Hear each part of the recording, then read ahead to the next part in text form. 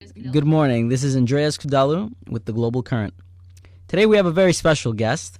General Anthony C. Zinni, also known as the Godfather, is a 4-star general who has 45 years of service to the United States of America. The Italian-American hero has worked in over 70 countries, commanding posts such as Chief of U.S. Central Command and Diplomat.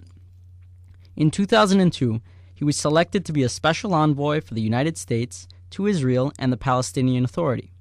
He has also been critical of the Bush administration and its decision to go to war in Iraq. Zinni's decorations include many service and campaign awards. In addition to his U.S. military decorations, Zinni holds decorations from Bahrain, Egypt, France, Italy, Kuwait, South Vietnam, and Yemen, including the Vietnam Armed Forces Honor Medal, First Class. And although he states he has no ambition of running for office, he has a website dedicated to his drafting for Senate.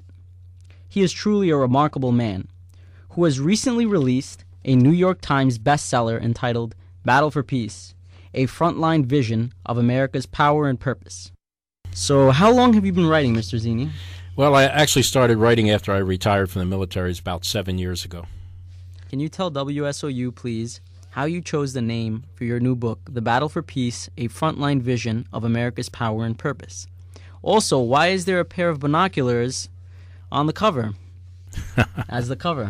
Well, actually, the binoculars were chosen by the publisher. I didn't have anything to do with that. And I think the idea was that it was kind of looking out into the future to see what America's power and purpose was in a very changed and new world. I chose the Battle for Peace because I really think that after the end of the Cold War, we thought we would have a much more stable world, that it would self-order in some ways. If you remember the peace dividend, the New World Order, and it never materialized. And we've been seeking ever since to figure out how we create a more peaceful, stable world. So hence the title, The Battle for Peace. In your book, the central theory is that the world changed not on September 11th, 2001, but in 1989 with the fall of the Berlin Wall and the end of the Cold War. Can you tell our audience what inspired this theory? Well, I actually was in Germany and in Berlin when the wall came down. And, after most of my life, the 50 years of my life up to that point, living under one order, the threat of communism and the Cold War, to watch it suddenly change. I mean, really suddenly, and without a war or an eruption, but just seemed to collapse and fizzle. To me, it struck me that something major has happened, but because of the way it happened, we don't appreciate it. And then I watched after that a whole series of other things it seemed to unleash. Globalization, the rise of the technology and the access to that technology, the information age, the migrations of people now that were much freer to move around, but a whole set of things that I described in the book that now changed all the dynamics in the world, the way we interacted with each other, who was a power, who was no longer a power, new ways of doing things, old ideas like the sovereignty of nations and the predominance of nation states now no longer being the only way we interacted. All these changes seem to cause a confluence of events and situations that led to a new world, and we didn't really understand it or attempt to understand it. Today is Cyber Monday. Would you mention how globalization has failed us? I think globalization failed us because one of the promises of globalization is that it would balance things out, that we wouldn't have, two classes. But globalization maybe has actually exaggerated the lines between the haves and the have-nots and made life more difficult for those at the bottom end of the scale. I think the promise of globalization was that there would be a spreading of the wealth, that we would bring into balance, the differences in the world. And that hasn't happened. In many ways, it has caused exploitation of people, the environment, and other things. So, I think we still have an opportunity to take advantage of globalization and make it deliver on its dream, but it hasn't fully to this point. You have been very critical of the Bush administration's invasion of Iraq.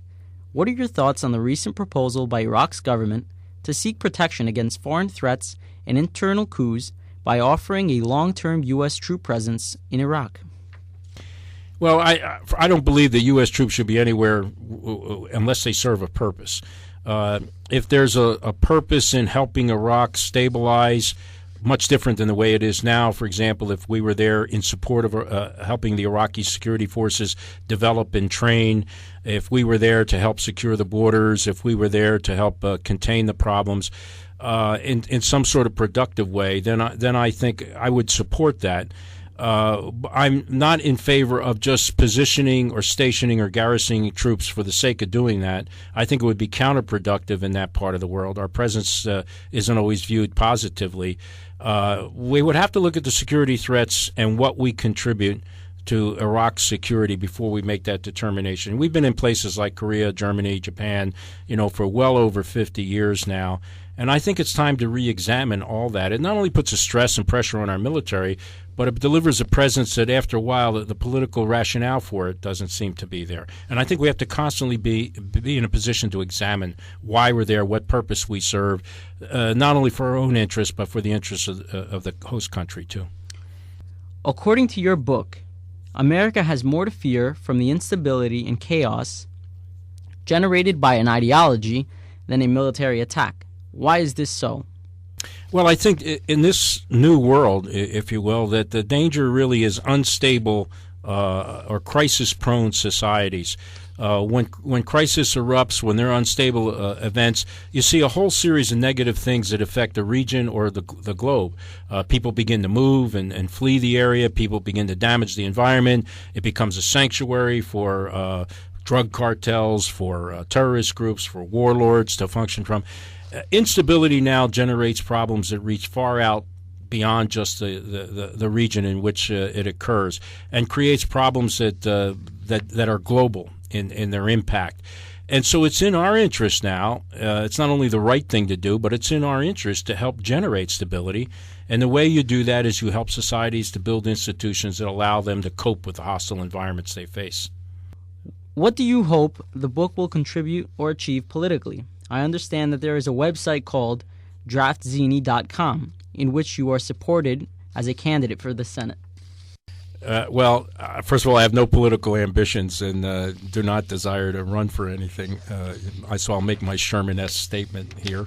But I really hope that the book at least draws awareness, especially amongst the American people, that the world is shrunk. To kind of quote Tom Friedman, it's flattened and it's shrunk.